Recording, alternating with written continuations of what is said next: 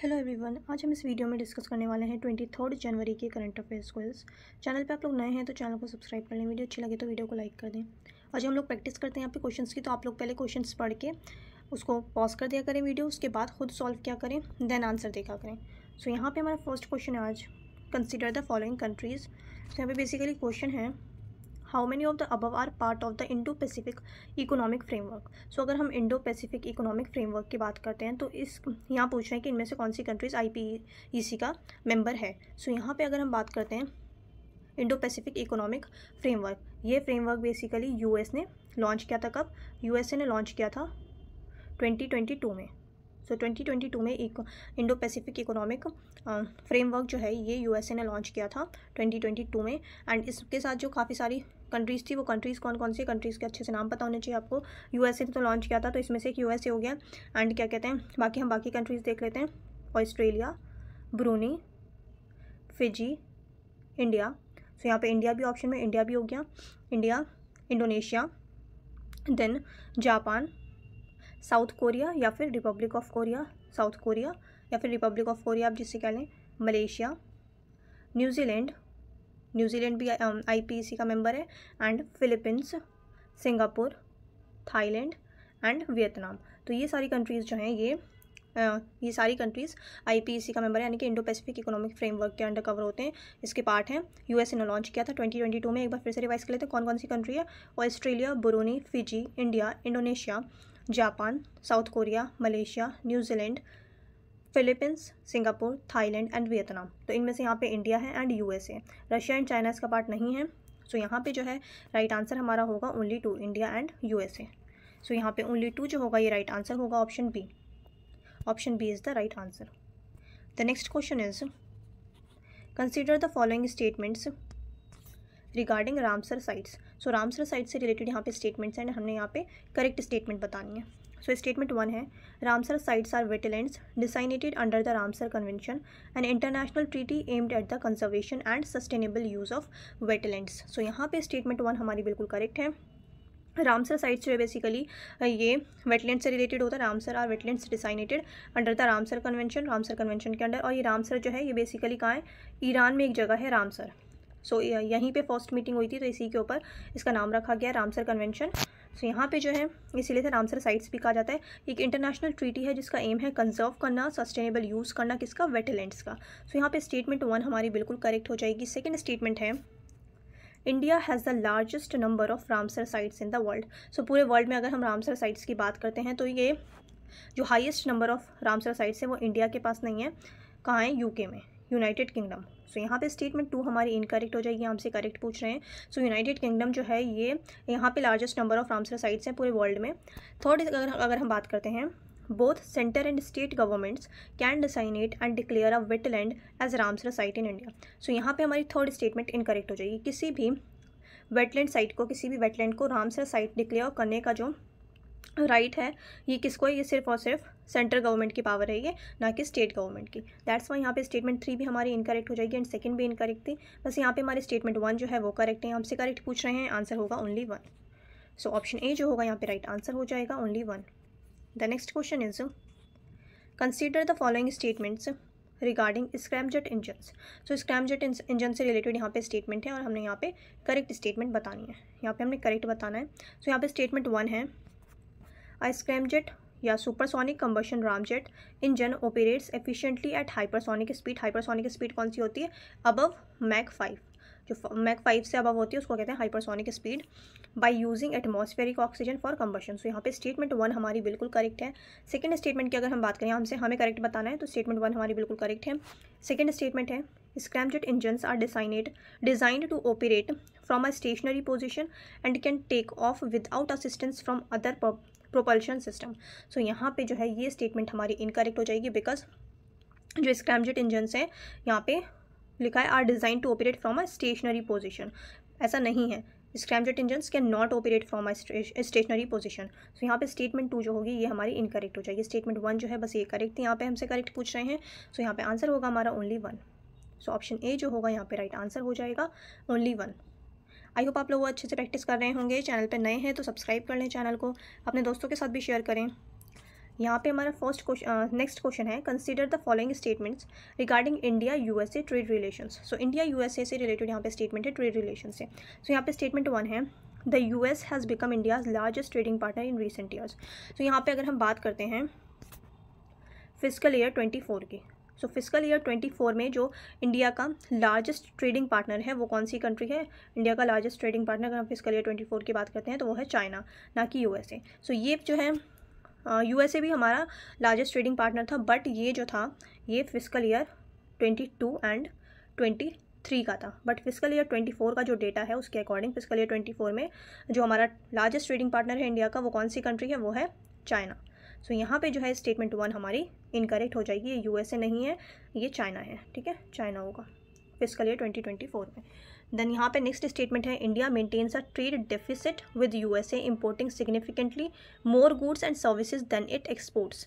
सो यहाँ पे second statement भी हमारी इनकरेक्ट है, बिकॉज यहाँ पे हमसे करेक्ट पूछ रहे हैं, तो ये किस वजह से हमारी इनकरेक्ट है? क्योंकि इंडिया जो है ट्रेड डेफिसिट नहीं है यूएसए के साथ, इंडिया का जो है ट्रेड सरप्लस है, ट्रेड सरप्लस है। ऐसा नहीं है कि इंडिया जो है ज़्यादा इंपोर्ट करता है यूएसए से एंड एक्सपोर्ट्स कम करता है, तो ये चीज़ नहीं है, ये जो है गलत है। यहाँ पे इंडिया बेसिकली बहुत ज़्यादा एक्सपोर्ट करता है यूएसए को, एंड इंपोर्ट जो करता है इंडिया वो एक्सपोर्ट के अकॉर्डिंग कम करता है, ठीक है। सो यहाँ पे जो है ये गलत लिखी ये चीज़, दैट्स वाई यहाँ पे जो है स्टेटमेंट 2 हमारी इनकरेक्ट हो जाएगी। इंडिया ट्रेड डेफिसिट नहीं है, इंडिया का ट्रेड सरप्लस है यूएसए के साथ।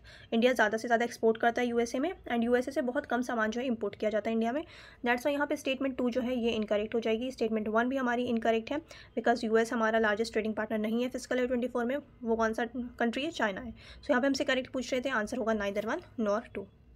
सो ऑप्शन डी जो है ये राइट आंसर हो जाएगा, neither 1 nor 2। The next question is, how is the National Green Tribunal different from the Central Pollution Control Board? So यहाँ पे कह रहे हैं नेशनल ग्रीन ट्राइब्यूनल डिफरेंट कैसे है सेंट्रल पॉल्यूशन कंट्रोल बोर्ड से। तो यहाँ पे स्टेटमेंट 1 की अगर हम बात करते हैं, यहाँ हमने क्या बताना है कि करेक्ट स्टेटमेंट्स बतानी है, यहाँ पे इनमें से करेक्ट स्टेटमेंट्स हमने बतानी है। सो यहाँ पे स्टेटमेंट 1 है, The National Green Tribunal has been established by an act, whereas the CPCB has been created by an executive order of the government. So यहाँ पे जो है स्टेटमेंट 1 हमारी इनकरेक्ट है। क्यों इनकरेक्ट है? बिकॉज जो नेशनल ग्रीन ट्राइब्यूनल है ये भी एक्ट के थ्रू बना है हमारा। कौन सा एक्ट था ये एक्ट था नेशनल ग्रीन ट्राइब्यूनल एक्ट 2010, ठीक है। एंड अगर हम यहाँ पे CPC की बात करें, CPCB की, सो ये भी इस्टेब्लिश हुआ हमारा किस एक्ट के अंदर? Water prevention and control of pollution act 1974। So CPCB जो है ये भी क्या है? ये भी हमारा एक एक्ट के तहत ही इस्टेब्लिश किया गया है, ना कि एग्जीक्यूटिव ऑर्डर के तहत। दैट्स वाई स्टेटमेंट 1 हमारी इनकरेक्ट हो जाएगी। सेकंड स्टेटमेंट की अगर हम बात करें, यहाँ पे हमसे करेक्ट पूछ रहे थे, फर्स्ट स्टेटमेंट हमारी इनकरेक्ट है।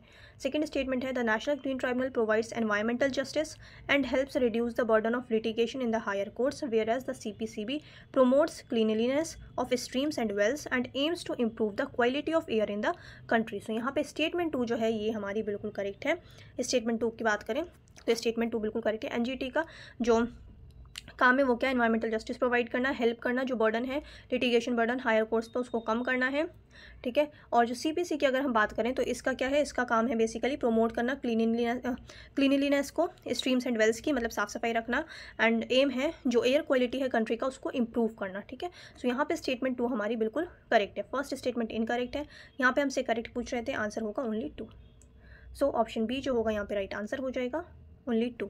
The next question is, Consider the following with reference to the taxes that are covered under the double taxation avoidance agreement।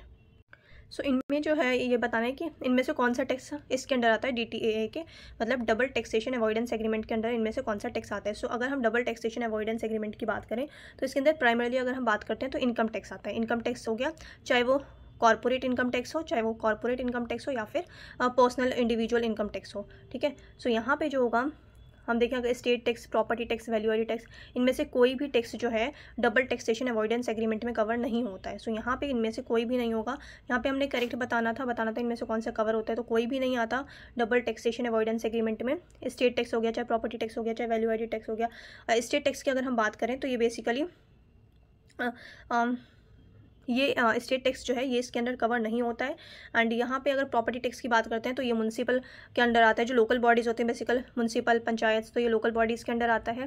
That's why यहाँ पे इनमें से कोई भी नहीं है। डबल टैक्सेशन अवॉइडेंस एग्रीमेंट के अंदर अगर हम बात करते हैं तो प्राइमरली कौन सा टैक्स आता है, इनकम टैक्स, चाहे वो कॉर्पोरेट टैक्स हो चाहे वो पर्सनल इनकम टैक्स हो। सो यहाँ पे जो है आंसर हो जाएगा हमारा none of the above. So option D जो होगा यहाँ पे राइट आंसर हो जाएगा नन ऑफ द अबव।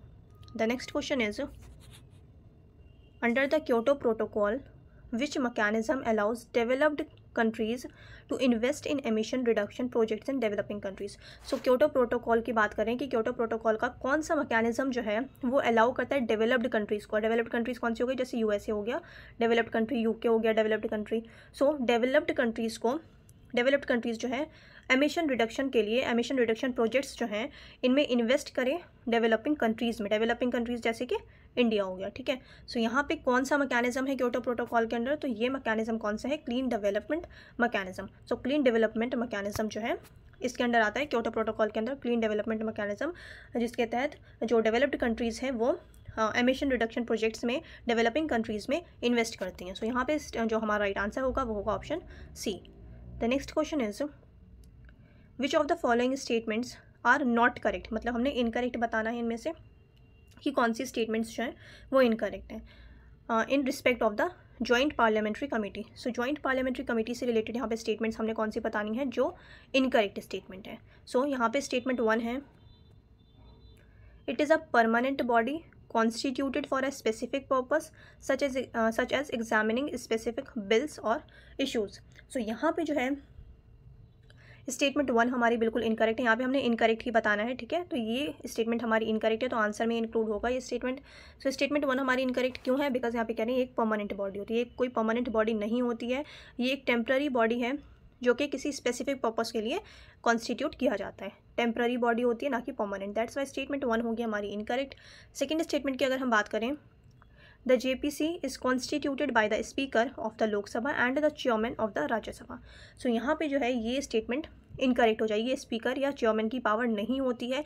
जो जॉइंट पार्लियामेंट्री कमेटी है JPC, इसको कॉन्स्टिट्यूट करने के लिए कोई भी हाउस, आइदर राज्यसभा और लोकसभा, किसी भी हाउस में जो है मोशन मूव किया जाता है, और जब ये मोशन पास हो जाता है किसी भी हाउस में तो फिर जॉइंट पार्लियामेंट्री कमेटी जो है कॉन्स्टिट्यूट कर दी जाती है। ये कोई सोल पावर नहीं है स्पीकर या फिर चेयरमैन ऑफ द राज्यसभा की। दैट्स वाई स्टेटमेंट 2 जो होगी ये भी हमारी इनकरेक्ट हो जाएगी, हमने इनकरेक्ट ही बताना है।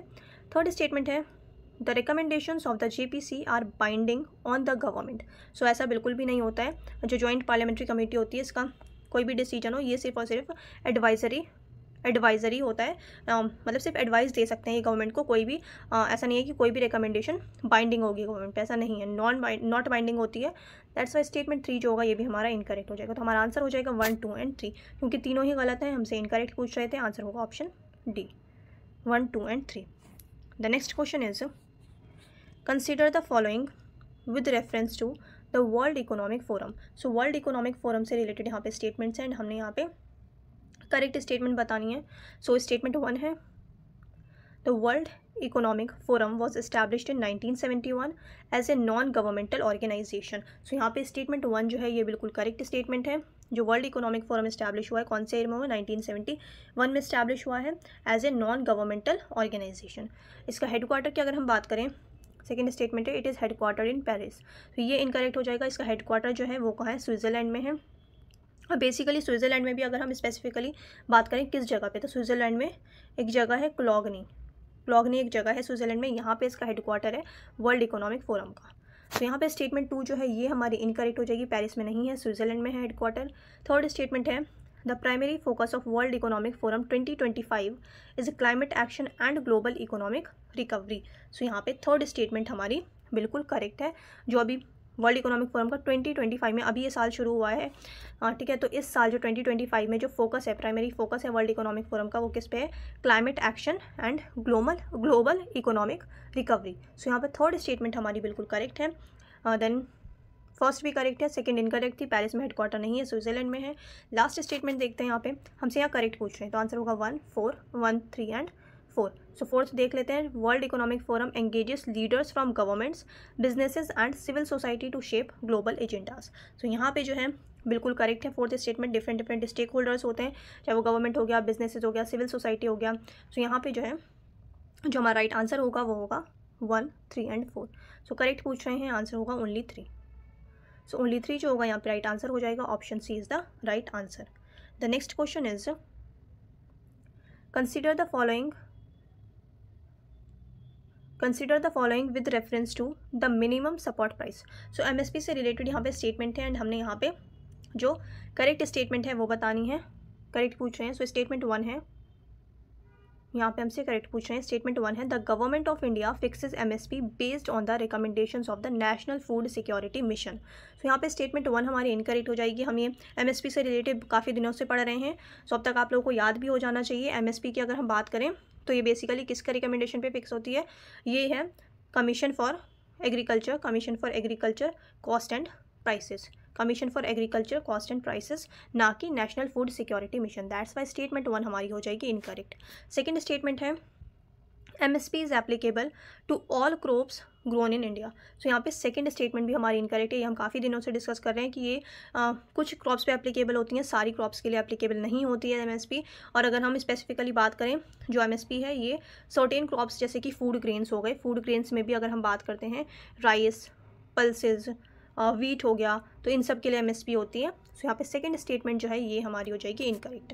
फर्स्ट स्टेटमेंट भी इनकरेक्ट थी, सेकंड भी इनकरेक्ट है। थर्ड की बात करें, it is calculated based on factors like the cost of production, demand supply balance and international price trends. So यहाँ पे थर्ड स्टेटमेंट जो है ये हमारी करेक्ट स्टेटमेंट है। ये जो कैलकुलेट किया जा रहा है ये किन किन बेसिस पे, किन फैक्टर्स के ऊपर इसको कैलकुलेट किया जाता है। तो कौन कौन से फैक्टर्स हैं वो? कॉस्ट ऑफ प्रोडक्शन हो गई, डिमांड एंड सप्लाई बैलेंस जो है, एंड इंटरनेशनल प्राइस ट्रेंड क्या है। तो ये सारे जो फैक्टर्स होते हैं इसके ऊपर कैलकुलेट किया जाता है।